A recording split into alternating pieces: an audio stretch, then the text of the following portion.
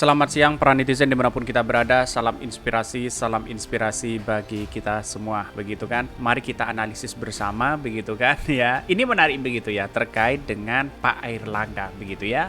Seolah-olah menyerah kepada istana hari ini, begitu. Ada apa begitu kan? Kayak kok tidak berani seperti Surya Paloh begitu ya, mengambil resiko ini semua begitu ya untuk keluar dari zona itu begitu ya. Dan pada hakikatnya saya kira dari pertemuan-pertemuan ya Golkar atau Pak Erlangga dengan Puan Maharani setelah ada pertemuan 3,5 jam dengan Pak Jokowi begitu kan. Ada apa begitu kan?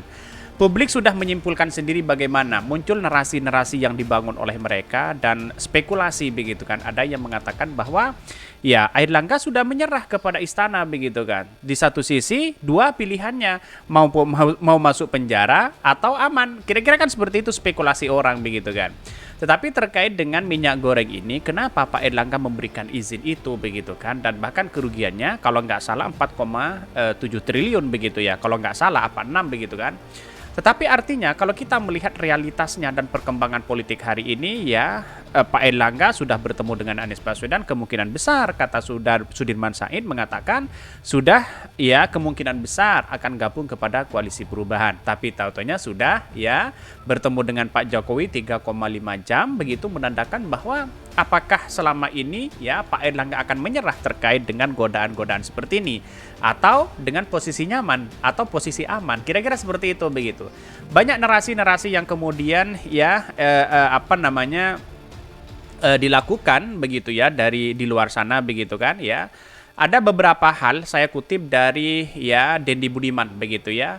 Pada hari Kamis kita menyambut Asyura dengan kabar ya temu Airlangga Hartarto dengan Puan Maharani ya. Entah siapa yang ngejar duluan hingga pada akhirnya ya temu itu bisa berlangsung ya sambil dengerin musiknya Lisa dan The Rose ya. Mari kita ungkap beberapa saja apa yang terjadi ya setelah ini begitu kan. Ya, ini menarik begitu dari pertemuan Puan Maharani begitu kan. Lebih dari 1 bulan ya Airlangga Hartarto begitu kan dihantam badai serius ya. Setidaknya ada 3 isu serius ya. Yang pertama menguatnya wacana Munaslup akibat ya Airlangga ini begitu kan ya dinilai gagal melaksanakan putusan Monas itu begitu ya. Tetapi di wacana itu begitu kan ya survei indikator dalam wacana-wacana politik hari ini menyebutkan bahwa elektabilitas Golkar ya turun drastis ya sampai hanya di angka 6-7% begitu ya. Yang sementara pada tahun-tahun sebelumnya begitu kan Golkar masih ya di angka 16%. Kalau kita melihat ini ya dengan narasi-narasi yang dibangun oleh mereka begitu ya, terus kemudian dengan alasan Airlangga merosotnya Airlangga dari survei itu begitu kan, dari elektabilitas itu dan popularitas dan sebagainya begitu. Jadikan sebagai alasan saya kira tidak masuk akal di satu sisi begitu kan. Mengapa tidak masuk akal? Karena di satu sisi semua ketua umum partai pasti ya merosot elektabilitasnya begitu kan, baik digadang-gadang menjadi salah satu calon presiden atau tidak begitu kan. Karena semua partai itu ya walaupun berhadapan langsung ya berkoalisi dengan pemerintah, tapi pada hakikatnya sebuah prestasi itu saya rasa agak turun begitu, kecuali Pak Prabowo di situ ketua umum menjadi menteri di koalisi pemerintah, tapi tahu-taunya elektabilitasnya juga naik. Ya, berbicara tentang survei kan tergantung siapa yang menjadi sponsor mereka, tergantung siapa yang menjadi terafiliasi kepada calon cawapres begitu kan. Tetapi saya rasa tidak masuk akal. Muncullah kudeta sana sini, muncullah spekulasi ini akan siap menjadi ketua umum, si Bahlil ya, Pak Luhut juga bersedia begitu kan dan siap menjadi ketua umum. Apakah ini ada keterlibatan istana di situ? Itu menarik begitu kan kalau kita berbicara tentang terkait dengan adanya Airlangga hari ini begitu kan. Apakah Pak Erlangga sudah tersandra? Bisa saja seperti itu begitu. Yang saya katakan bahwa bisa saja Pak Erlangga menyerah kepada istana, bisa saja dua pilihan begitu kan. Ya, apakah mau masuk penjara atau tidak? Itu muncul spekulasi orang begitu. Tapi saya menanggapi bahwa persoalan-persoalan politik seperti ini kan kenapa ya hukum itu bisa ya memukul lawan begitu kan, begitu logikanya begitu ya. Ini banyak sekali pro dan kontra begitu ya.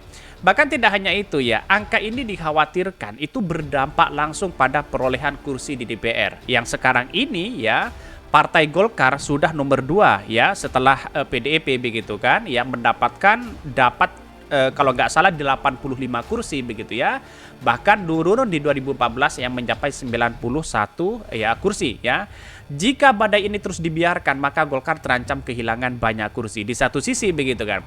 Lantas bagaimana dengan konstituennya begitu kan? Konstituennya ingin mendukung Anies Baswedan di satu sisi, ingin mendukung Pak Ganjar, ingin mendukung Pak Prabowo. Artinya apa? Dalam simulasi itu begitu kan, dalam artian bahwa beberapa survei yang ada yang muncul 65% itu kemungkinan besar konstituennya partai begitu ya, Partai Golkar itu ya beralih kepada atau mendukung kepada Anies Baswedan di satu sisi begitu ya.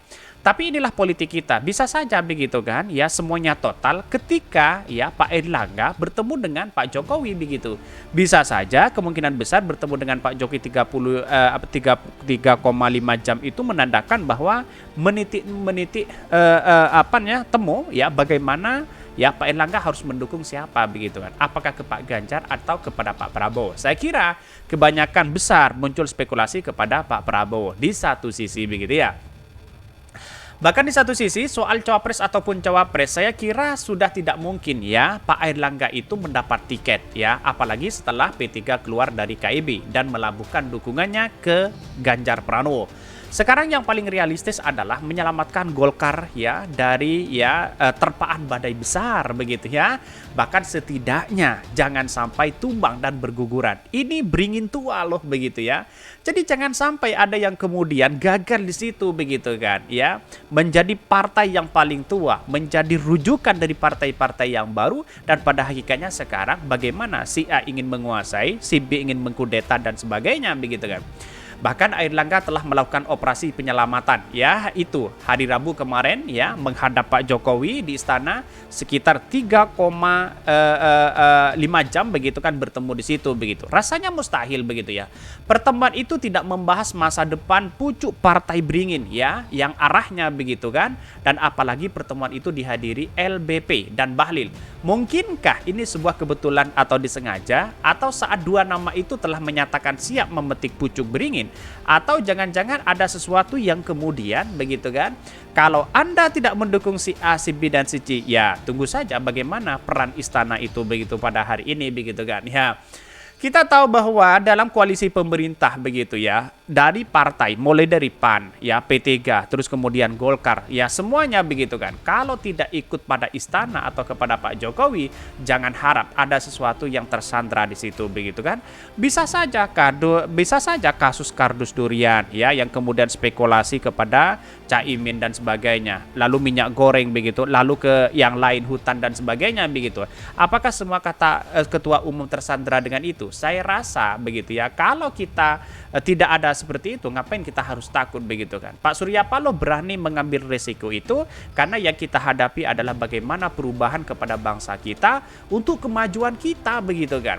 Bukan hanya sekedar kemajuan dan kepentingan oligarki yang kemudian ya punya kepentingan besar begitu. Korupsi merajalela di hari ini bagaimana begitu kan.